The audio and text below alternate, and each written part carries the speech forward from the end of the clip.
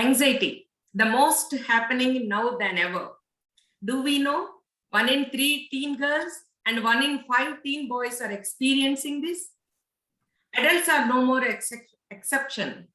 TANA is helping and addressing the issue and educate us how to recognize and deal with the anxious kids. Anxiety is not a visible trait. Today's session, the doctor is going to speak about anxiety problems of the high school kids. Good evening all. My name is Dr. Uma Aramandla Katiki.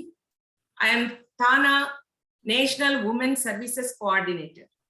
In today's session, we are having TANA President, Mr. Anjay Chaudhary Lau Garu, TANA Events Coordinator, Mr. Srinivas Kukatla Garu, and TANA Cares Chair, Shashidhar Jasti Garu, and other leadership.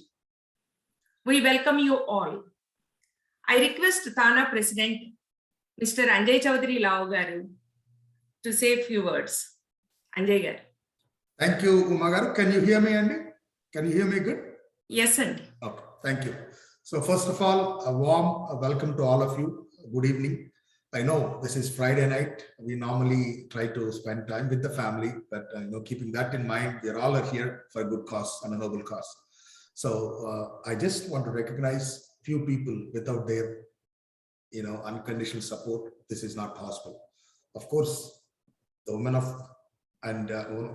this evening and the host, Mani Pauluri Garu, Dr. Mani Garu. Thank you so much, Andy. My heartfelt thanks from TANA for accepting this. Obviously, whatever you're catering to the audience today, of course, the epidemic of anxiety. We all know that it is a need of the hour, not just for kids, for adults as well. But of course, we care more about our kids than ourselves. And that is the reason why we are concentrating on the kids especially. And in this term, we have multiple new initiatives, and health and wellness is one of them. And we have organized multiple programs on the ground, whether it's hiking events or physical fitness programs, and of course through a medical forum, all the medical terminology and the needs we are addressing, and this is one of them. So there are a few people from TANA leadership I have to recognize, especially Uma Aramandla Katiki Garu, our Women's Service Coordinator. She led this program, and of course our Community Service Coordinator Raja Kaskutti, our Events Coordinator Srinivas Kukatla, and our TANA National TANA Cares Chair, Shashidhar Jasti Garu, and of course, entire TANA leadership. Without their support and encouragement, we won't be here this far. So I know I've read the topics on the flyer. Obviously, I think if you see in today's high school children, especially, they have clashes not only between themselves but also with their parents. Of course, the peer pressure from the school, social pressure, parents' pressure, to make sure that they're doing good in their respective academics. So all this into count, obviously they are under pressure. I think we need to educate them. We need to counsel them how to handle all this. Of course, come out with bright future. So having said that, I didn't want to take more time. Once again, last but not the least, I want to thank all the participants who are here. They are here for a cause. However, whatever we do, without their presence and participation, this program won't be successful. So once again, heartfelt thanks to all the participants, and you all have a good night. Let us dive into the session. Back to you, Mother. Thank you, Anjay Garu. Thank you very much to you and the leadership for the all support. And I request the audience that if you have any questions, please type in the chat box. We will address them at the end of the session. And Dr. Garu is going to answer all your questions. So let me introduce Dr. Mani Pauluri Garu. Dr. Mani Pauluri Garu is the Director of Brain and Wellness Institute, Distinguished Fellow at American Academy of Child and Adolescent Psychiatry, Fellow of Royal Australian and New Zealand College of Psychiatrists, and Fellow of American College of Neuropsychopharmacology. She is co-founder and strategic advisor for a digital company, MediCircle Inc., a health education network. Dr. Pauluri worked as a professor of psychiatry and founding director of the Pediatric Mood Disorders Program at the University of Illinois at Chicago. She was endowed the Berger Colbeth Term Chair in Child Psychiatry in 2010. Dr. Pauluri completed her psychiatric training in New Zealand, Australia, and USA, and is board certified in both general psychiatry and child and adolescent psychiatry. She received the prestigious national prizes such as Kelmer Award for the Best Scientific Discovery, AACAP Kligenstein Prize for the Best Paper on Mood Disorders, and the University Scholar of the Year Award from the University of Illinois. She was honored with the J. Hirsch Excellence in Teaching Award from the UIC Child Psychiatry Fellows. She serves on editorial boards of international scientific journals. She has mentored many clinical and research faculty and their programs across the world and consults patients from across the USA. Welcome, Manigaru, and the floor is yours. Thank you so much, Andy. Sometimes I wonder if I need all the string of introductions, but all I want to say is thanks to everybody. And I so appreciate being invited for this event. So the most important thing is for you to have recognized the critical nature of what we are facing at the pandemic for anxiety, depression, and the psychological issues that surround that, and bullying in the society. These days, being in a big city like Chicago and having these suburban schools where we have intense competition for our Indian children, young people, teenagers across board, we are in the thick of the difficulties that we face with these anxiety, depression, ADHD, and sometimes even things like, that literally hit you like from the left, blind you with disorders like even Asperger's, which doesn't exist anymore, but autism spectrum disorder symptoms that kind of splattered across along with all these main disorders of anxiety and depression. So I think it's very important for us to recognize that we need to understand what they look like. Yesterday I was talking to a teenager from one of these schools who is saying that she doesn't really know what depression is and how to recognize depression from how normally people present with a little bit of sadness. Similarly, anxiety is a common trait. We all feel anxious, right?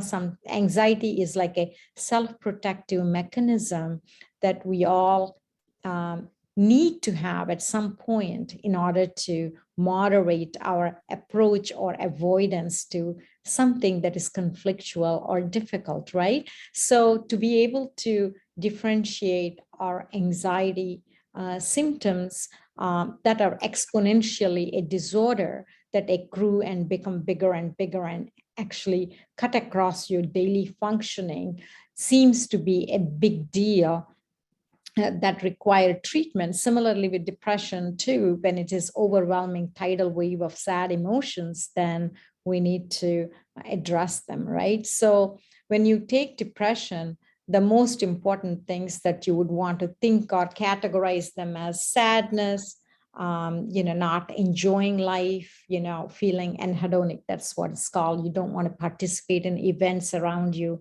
You isolate yourself from friends, lying in the bed and not wanting to go to school, defying parents, sometimes being very oppositional, even in the middle of distress, not concentrating in school, with dropping grades, wanting to escape it all and wanting to kill even themselves, feeling suicidal, sometimes cutting their arms, and releasing the pressure in the panic to escape the pain and feel the pain.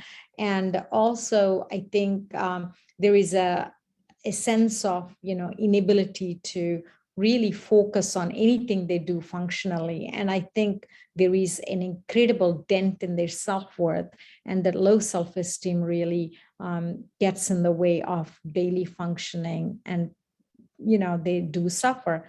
then what happens is when all these symptoms are present as a group, like a syndrome, then they come in the way of really coping and wanting to participate in daily life, right?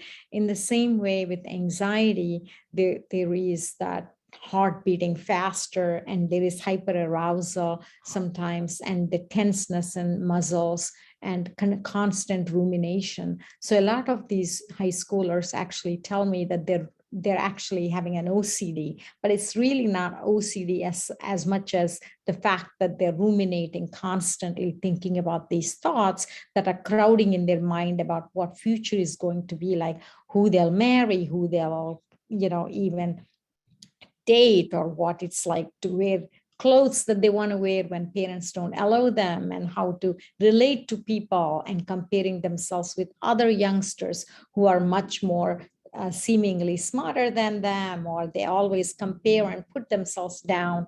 And there is a constant sense of foreboding, anxiety that comes in the way of general feeling of relaxation, and there is no restorative sleep, both anxiety or depression, and there's low energy and fatigue, and almost like you feel life is just not worth dragging along with this anxiety and depression, right? And so when people are kind of tremulous and worried, then this anxiety and depression are like intertwined ropes.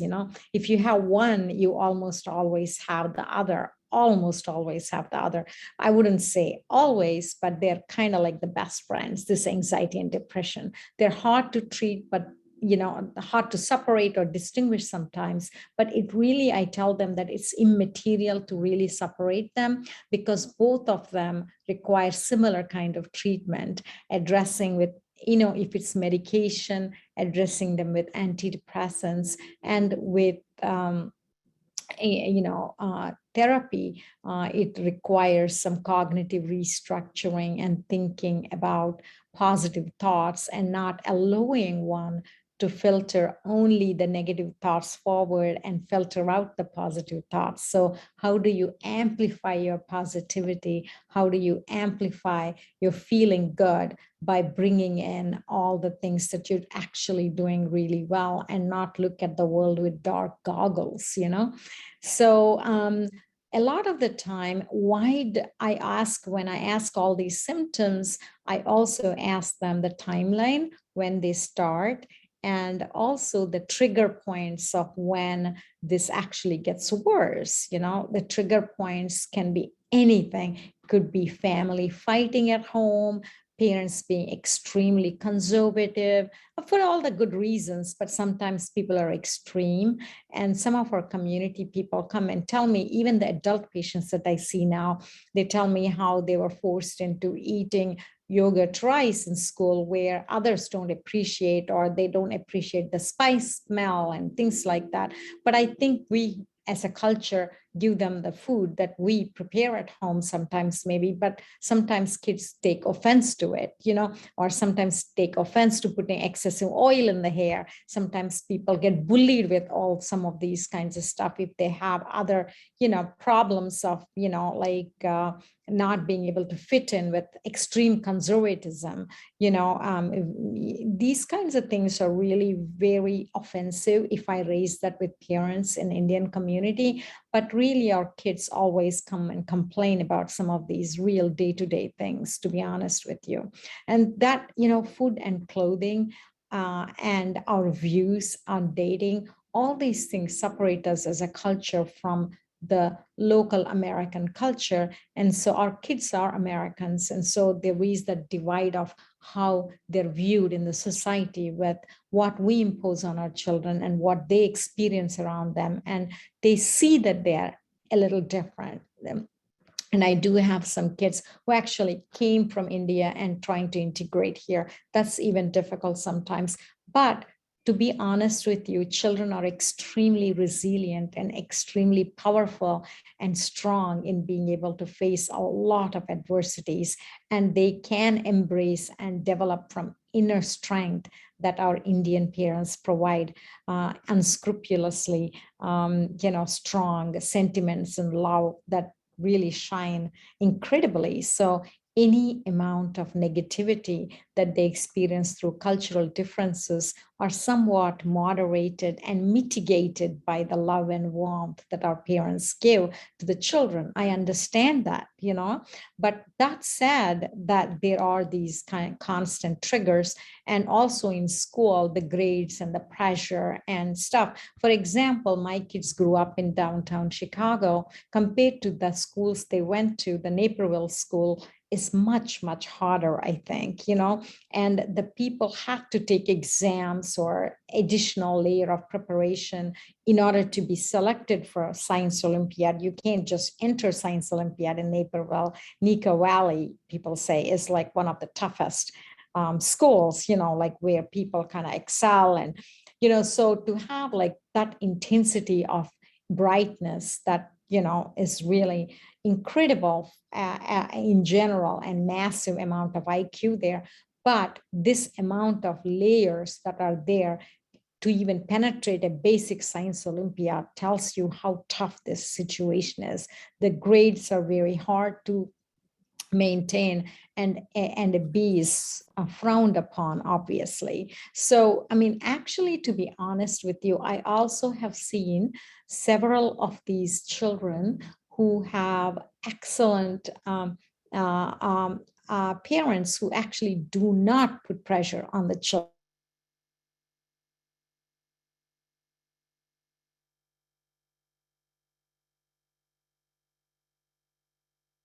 Uma garu, did we lose the connection? ఏమండి లేదు మణి గారు మీరు mute లోకి వెళ్ళిపోయిందండి automatic గా. Okay, is that okay now? Yeah. Yes. So yeah, thank you. So I don't know, I didn't touch anything, so sorry about that. Yeah. So so actually, despite of these days, our parents, even in Indian community, are extremely evolved, and they're not putting any pressure on children whatsoever, but children are assuming the pressure from these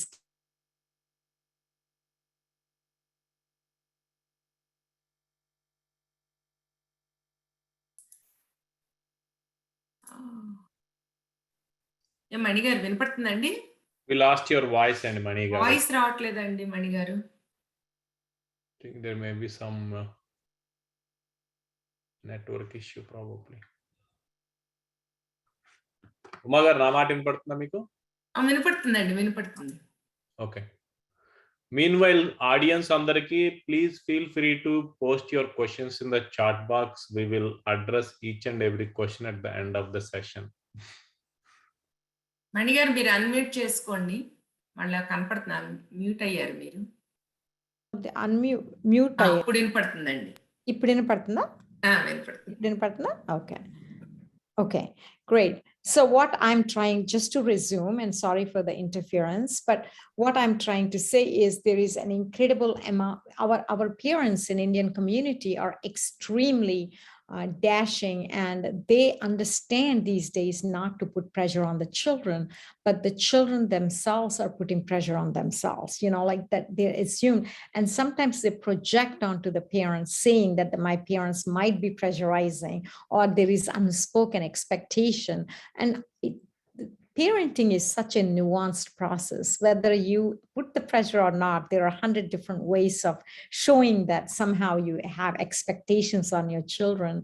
And to be fair, if there are no expectations, the children won't have a path to think that they deserve greatness and that there is a path that they could achieve.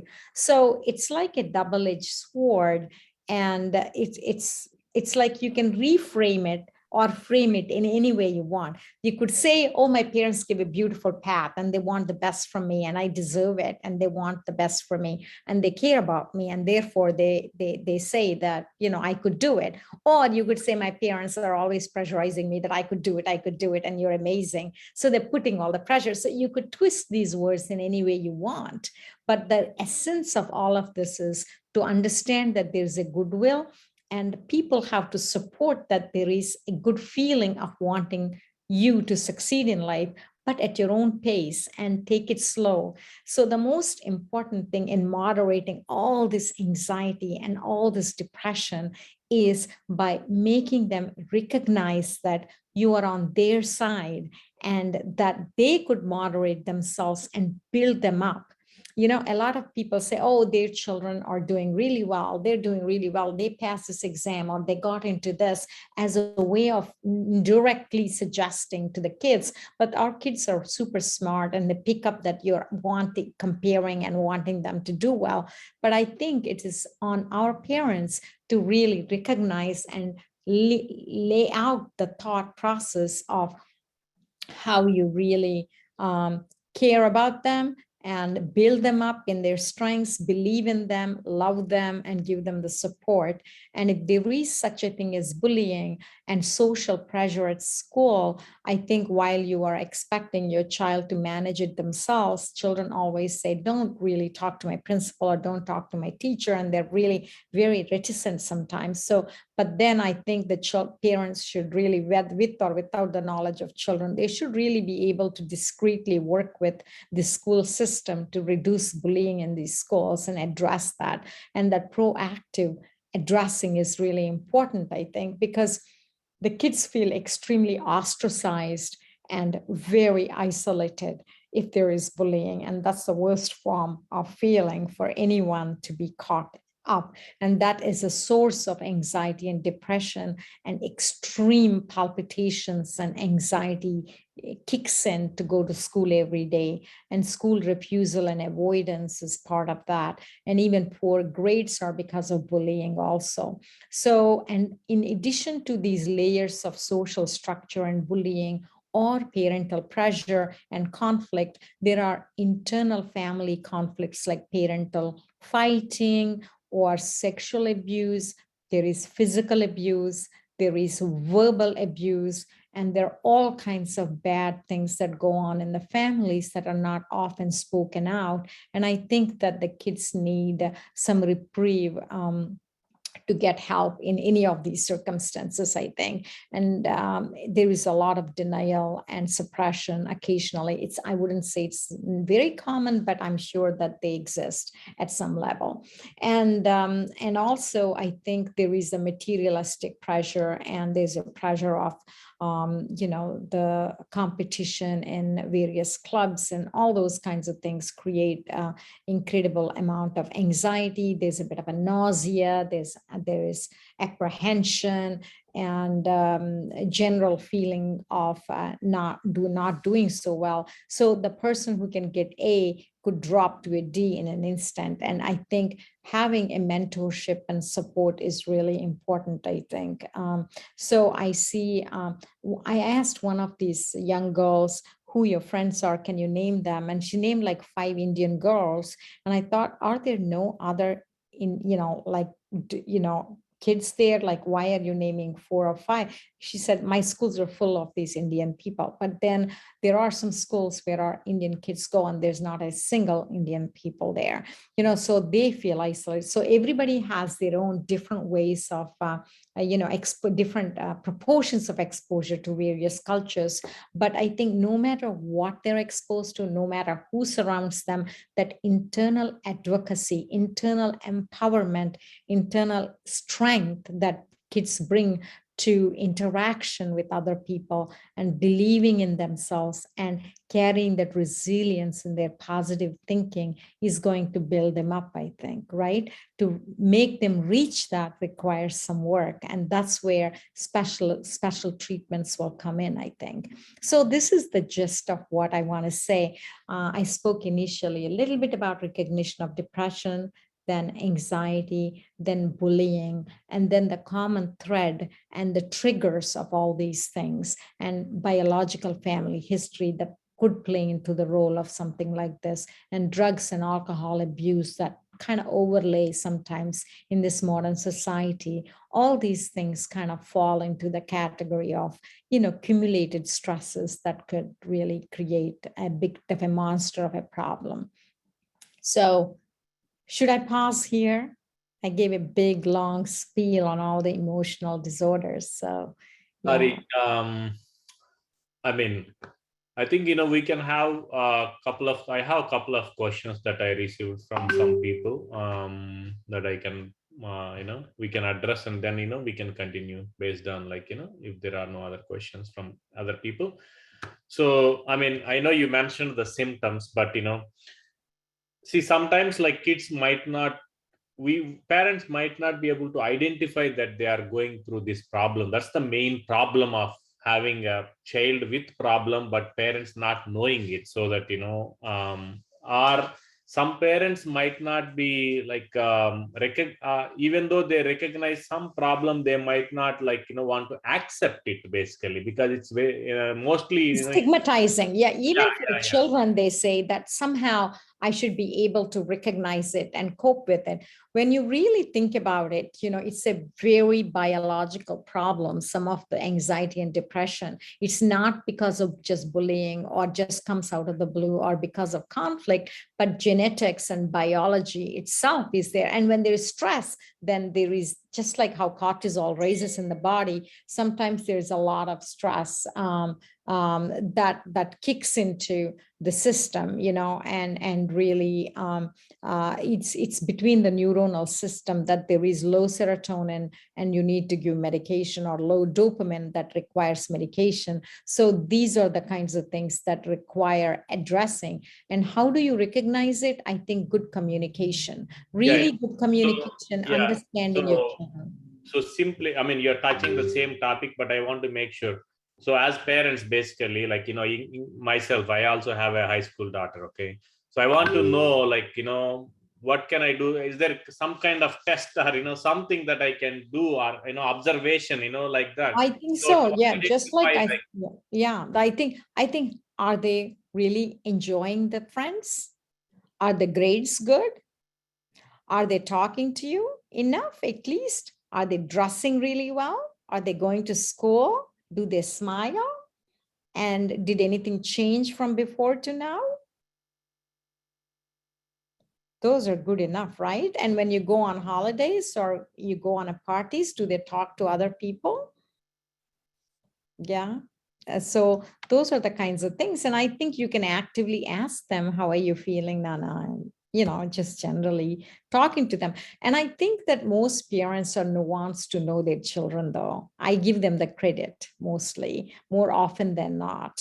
Parents are incredibly smart and they know their children and they understand it. I think grades dropping and not wanting to go to school and lying in bed all the time, not coming out of the room, and somewhat isolative and not talking to friends are some of the very common features.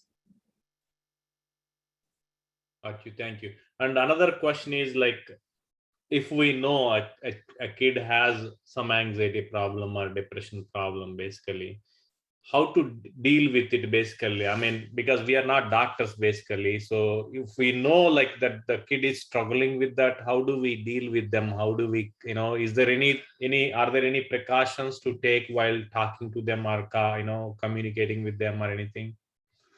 I think one thing that I caution parents is not to repeatedly tell them and remind them about homework, or not repeatedly bother them about the deadlines and assignments beyond a point, but have a bit of a negotiation of what they want to do, when they want to do, and how they want to approach. If you really know what you're doing together or collaborating on any encouragement and motivation. So that repeated incessant pressure is what the kids won't want to face. So that's the one thing you want to do. The second thing is just ask them directly and communicate about how, I noticed these ABC, what is going on, sweetheart? Can you tell me? I'm not going to be angry or upset or anything like that. And I love you. You are everything to me. I believe in you. Do you, I'm here if you need to talk to me. Or if you don't want to talk, there is dad or mom or uncle or whoever you want, so please just please tell us and we are here for you. That message, as screwed as it sounds like as I speak, is very important, I think. And also just love them hard, and provide them. I think giving them food they like and leaving them alone time to time, giving them space and loving them when they come out. And also, I think kids want their parents to be happy. A lot of parents don't look happy and they're always fighting and stressed out. And I think that my kids told me they want to see me happy and spunky and supportive and loving and on the sprint, and I also always felt there are some things that I followed as parent when my kids were growing up, is I wanted people to come in and out of my house, to have an open house. And I invited a lot of their friends to come to our house and hang out. And I also made sure that their birthdays and, any of the special events are spent the way they wanted, not the way I wanted necessarily. And I would invite and give surprise party with the friends they hang out with. And I would just, give them space, and I wouldn't come in the way of how they wanted to dress, and, not, they're boys. I had boys, so I had less of an issue, but they were given a lot of freedom to go around the city. I would have given that for girls too. It's most important is how I bring them up than put too many restrictions. I think influence is the word. Discussion, thought process, rather than suggestions, thinking, and why. And that's a long-term process than a cross-sectional process. So you mentioned another point. Uma garu, just one more question and then I can. And I used to cook a lot, cook, and give them what they like and provide them things they love, so just like how you get through the heart, through the stomach, that works with kids too. So you just touched that point, like, I have boys, so I have less problems basically. So I also observed, like, with boys, there are different type of problems, but I observed this anxiety problem or depression problem with girls basically. Is there any biological, is it like, you might have seen like more people and all, right? Is it really true that, girls are suffering more than boys? I don't think so. I think that they are similar in both, but girls express more, and maybe teenage girls express more and suffer more and talk more, and more drama is surrounding them. They really get convoluted with stuff. They become the protectors of parents, then they protect the siblings, then they resent that they have to protect the parents. And it's like a vicious circle between parents and children. But I think that, they also take an incredible responsibility and guilt, and they kind of over dramatize their guilt and insecurities a little bit more. And I always reframe that as a developmental process for the children. And guys have the same feeling, but they don't talk so much about it, and it's easy to ignore the guys. That's the problem. I think the amount of anxiety is the same across. But I think the guys generally, I don't mean to give credit to the guys, but they don't really express the jealousy and, anxiety about how others are doing as much as the girls do. And the bitterness and fights are a little bit more in the girls. But I think that the problems of listening and communication are greater in the guys. They shut off, the guys shut off, and the girls kind of cry or annoyed and very anxious and get stressed out. So that's like a gestalt, but I don't mean to generalize it. Manigaru, boys generally don't speak up. How to make them share and or communicate better with them, Mandi? Yeah, I think that really I would actively teach them what to say, how to even sit in the chair, and how to smile, how to, open the chest, and how to really advocate for themselves. And the most important thing is I tell all our children to walk feeling entitled. look at all the other people. And well, okay, I bring race into it. A lot of our Indian girls and boys, they kind of feel like a little bit, they kind of a bit more shy and a little bit more shriveled. And not everybody by no means, but they're more humble and more like crunched up. But I think that they need to, it's about time they feel entitled, not in a bad way, but in a good way, walk around, feel like they belong to this world as much as anyone else. And this space is theirs as much as anyone else, and complete their sentences and thought process and take the place at the table, open their mouth and say what they want to say, and not really take a back seat or feel shy. I think that role modeling, explaining to them, directly suggesting them, and emulating are all important. Body language, communication, and constant advocacy. Excellent. One more question. They're having autism kid, how to lower their anxiety? And my son is 14 years dropping his grades. They're asking the question. Yeah. How to lower his anxiety? Anxiety, there are medications for autism that is causing anxiety. Low amounts of medication can help them tremendously. What is the problem with autism, patients with autism and spectrum disorders, is rigidity. And if you have too much of like difficulty switching from one topic to the other, then they're really often really super stuck in the way they think, and they can't switch it. And there is a difficulty of being stuck, and they get obsessive about things. So that's really hard, and it's a little bit different than the generalized anxiety, and it requires a different way of addressing them and expanding the repertoire of what they can do little by little, and helping them to reassure, talk to them. And really, there are 4 things what we all need to teach these children slowly and carefully. One is, of course, other than social skills in autism, and compassion and understanding where they're coming from is where you begin. But there are 4 things. One is meditative thinking and meditation, like calm and deep breathing when they're anxious. The second thing is emotion regulation skills, how to stop and think and focus on emotions, and regulate them with amplifying positive emotions and decreasing negative ones, and understanding their mind.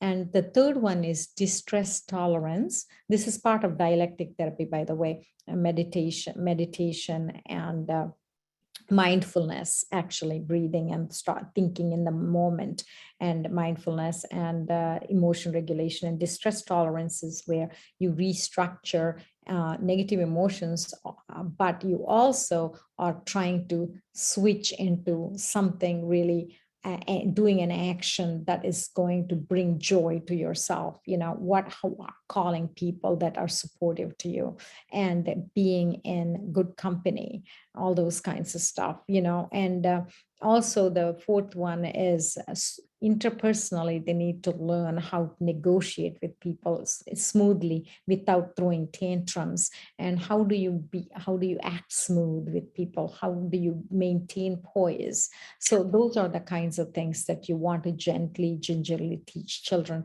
Anxiety, depression, ADHD, autism, no matter what, humanity. We all need to learn these things like mindfulness, distress tolerance, emotion regulation, and smooth interpersonal effectiveness. These are normal, good things to learn.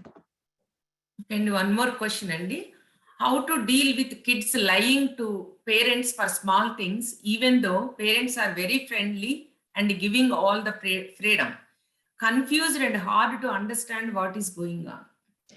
That's a very common one that I always tell them, is they lie because usually they're very embarrassed with what is happening to them. And I think that they know that their parents will catch them and will be disappointed with them. So lying is not lying, except it should be understood as defensive mechanisms. They are defending themselves from being disliked, and and it is very easy. Oh, no, I didn't do it. The fish did it or dog did it kind of thing. It's an exaggerated version of that kind of metaphor I'm talking about. So not metaphor, but simile or whatever. So that kind of context. So anything that these kids say when they're defensive, that does mean that these people are really very inhibited in being able to be open. And I think parents should not push them to say, oh, tell me the truth, tell me the truth. Okay. Well, you got to say, oh, it appears like this happened, but it's, you can tell me what you feel. And if that's not how you think, oh, that's okay. Well, I trust you. I believe you. And let's move on and not push and, shove down their throat with a, like a bat or whatever. So you want to be able to accept where they are at and gently pull them out of that stress. I think lying is a very defensive thing, and it shouldn't be seen as lying as much as the struggle for kids to kind of face up to you.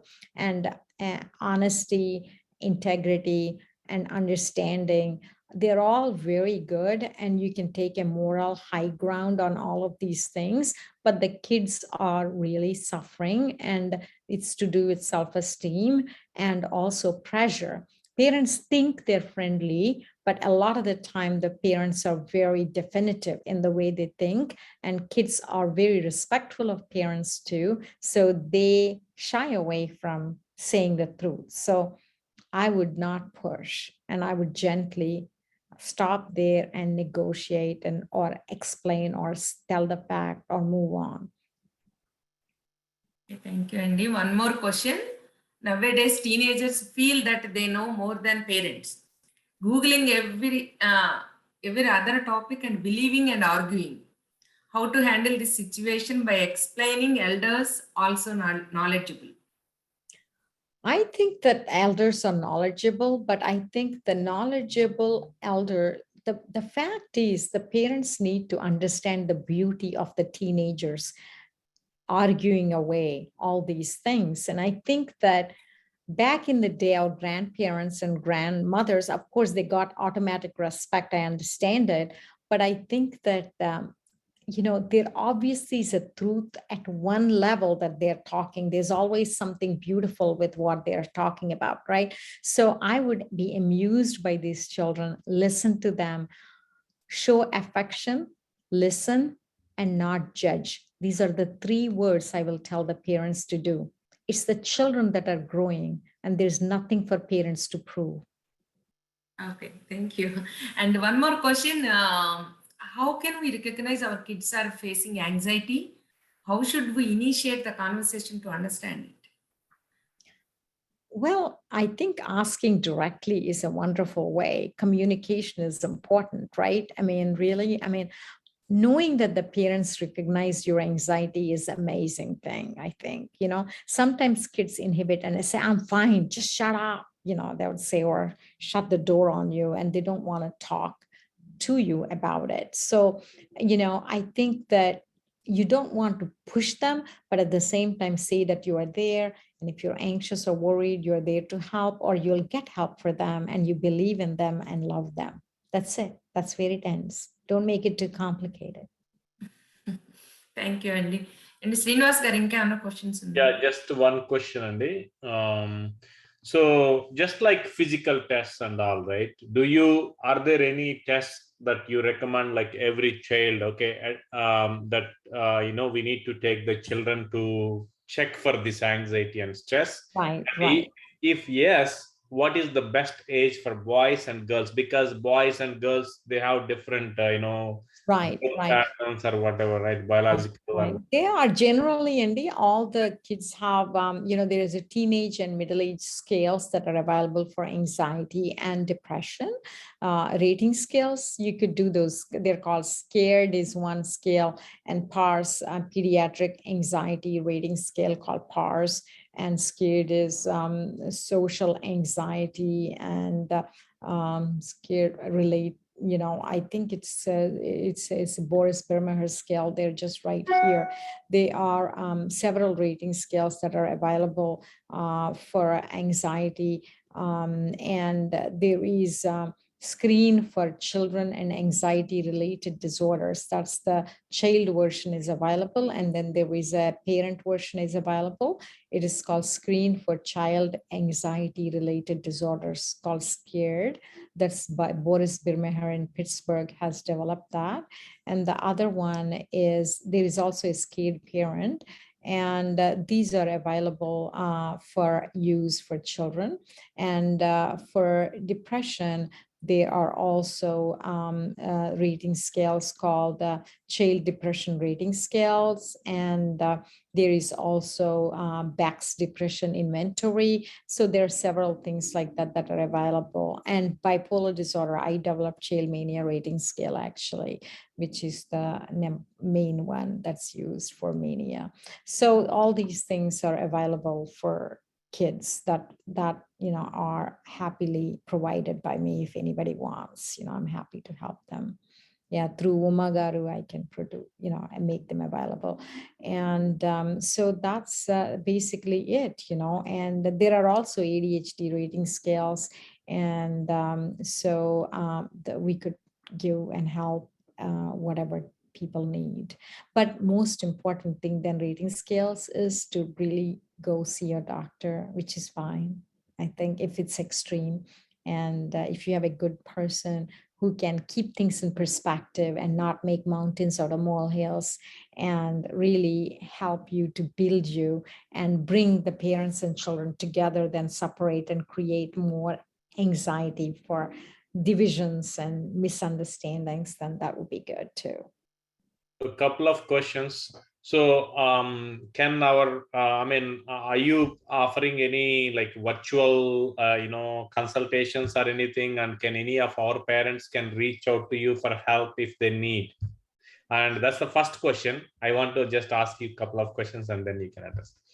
Second question from the parent is, schools these days make everyone a winner, like a first rank or winner or something like that. As a result, kids these days find it hard to accept that they lost it, right? A competition or anything, exam or anything. How to encourage the fact that losing teaches resilience? Oh, you know what? I always develop this, that losing and failing are the best part of life when you are growing up. Failing is a stepping stone to success, right? If you don't fail, then I'm sorry, you didn't learn much in life. I think failure is what makes you strong. And we all failed at some point, whether you like it or not. So I think that sort of thing should be seen as an opportunity to learn, and how you phrase it is the most important one. And it sucks and it's painful, but through pain is how you grow. If you don't have pain, you become narcissistic and, enormously fat-headed, egoistic soul. I think part of it is just growing through difficulties, growing through losses, growing through weaknesses. And that's who we are as people. That makes us human, I think. So I used to send my boys really little quotes and pictures time to time. In that time, they're feeling sad. I would show not every day, because they'll be, think I'm like odd, every 3 days, I have like a lot of strong living quotes, that I would send with some pictures and texts and stuff. And, and I have my way of, saying, my own signature words of addressing my kids, and those are what bolster the children, bring resilience, I think.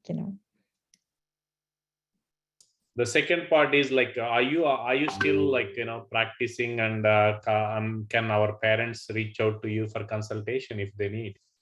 Yeah, I'm a full-time practitioner, but I have to admit that, I actually treat Indians like all the local people. So there's no difference. And I don't really treat Indians or local Americans differently. So that's one thing. I have always treated everyone exactly the same way. And so I personally take only a few insurance policies, and I do, there are a lot of self-pay, so I could be expensive, but I'm telling you on, straight away that that could be a barrier sometimes, because it may not, but otherwise, and also I'm only licensed in Illinois. So, I mean, I don't trade outside of, Illinois. I used to when I was in UIC and stuff, but now I have my own private practice, and it's Brain and Wellness Institute.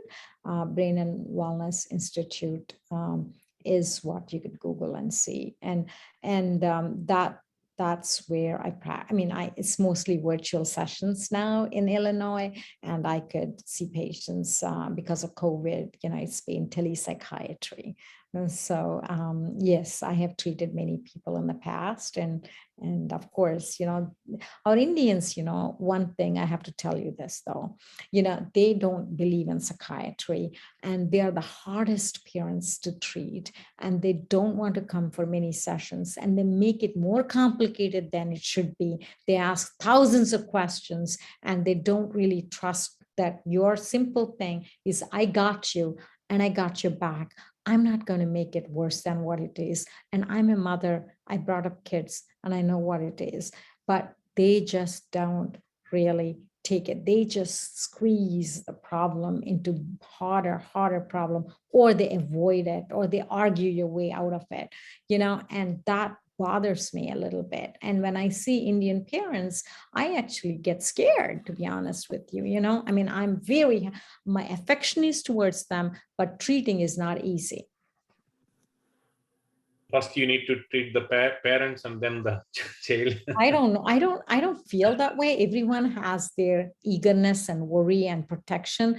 I'm an immigrant mother, and I know what it is. And I came to the United States through New Zealand and Australia, and I know how important it is. I know how it is. I get it, but people don't appreciate psychiatry treatment. I think that's the thing. It's not about people or not, doing something actively destructive, but they just don't. But luckily, psychiatry became popular than plastic surgery in COVID. So I think that hopefully people will change, and they will get treatment like all the other people are getting treatment. You know what? Our people need help as much as anybody else. Why not? We are missing out on the beauty of treatment. We are missing out on the joy of getting better and the brilliance of, finding some nice truths of how to do it. Just it's a very easy process if you could unkey that.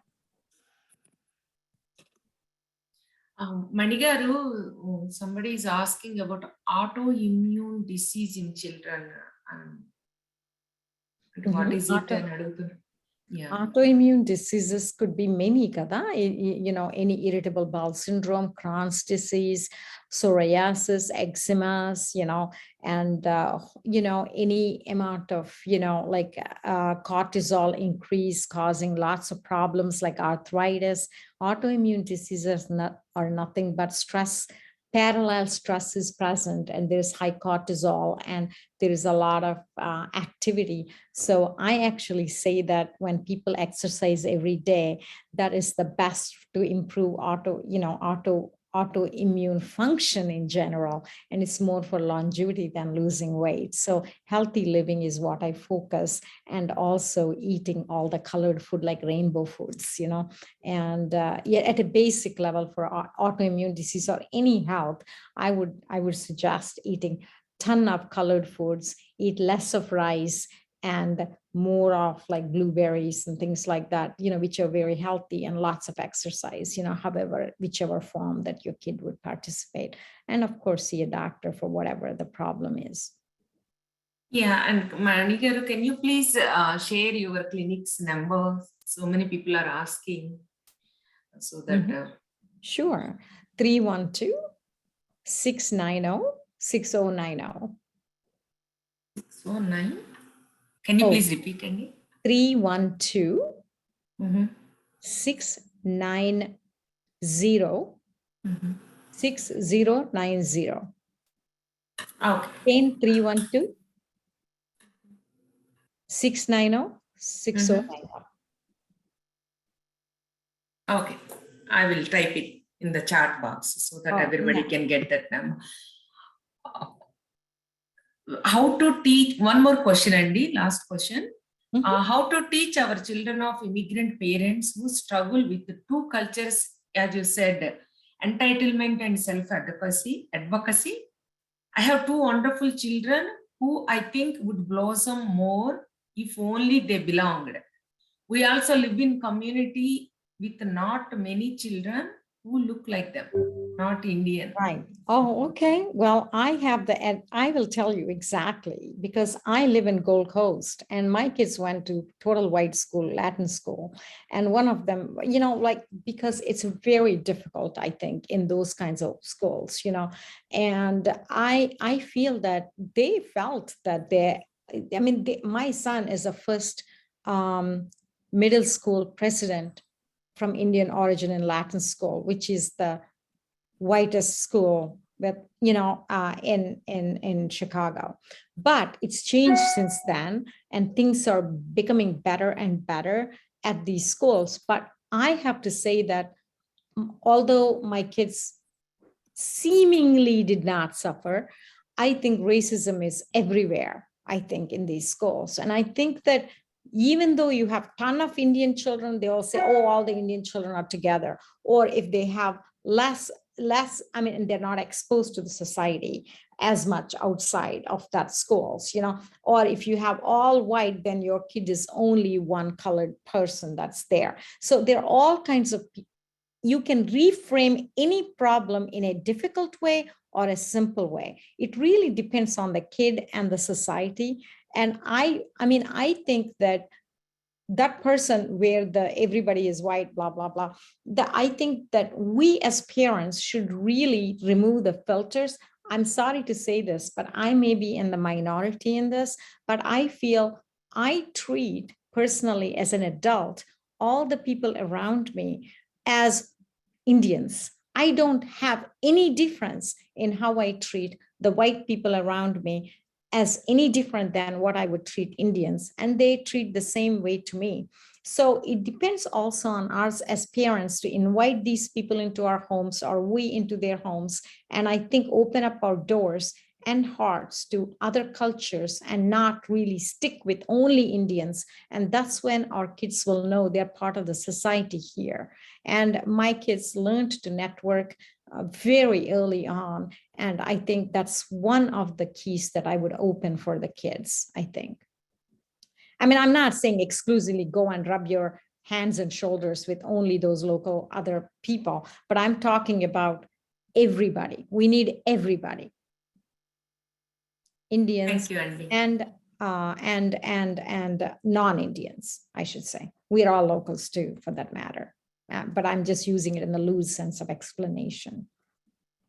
Thank you, Andy. Srinivas garu, do you have any questions, Andy? Andy, I think we covered all the questions from everybody, including our own questions. So this is really a wonderful session, and thank you very much, Umagar and Dr. Mani garu. Yeah, well, it's my pleasure and honor, Andy. And if I offended anybody in this process and explaining my views, I did with pure heart of trying to explain nuances and upbringing and people and society and integration and amalgamation and self-respect and kick-ass this whole process of making it here really good. Our children are very bright, and my kids come and say, Mom, aren't we all very smart? Aren't we all lucky? That kind of audacity and inner strength is what we want to build. So build our children up, and just that's what I would invest. Build, build, and build. And my signature lines is how I would close the session. I always tell my patients to dream it and do it. And then love life. That's it.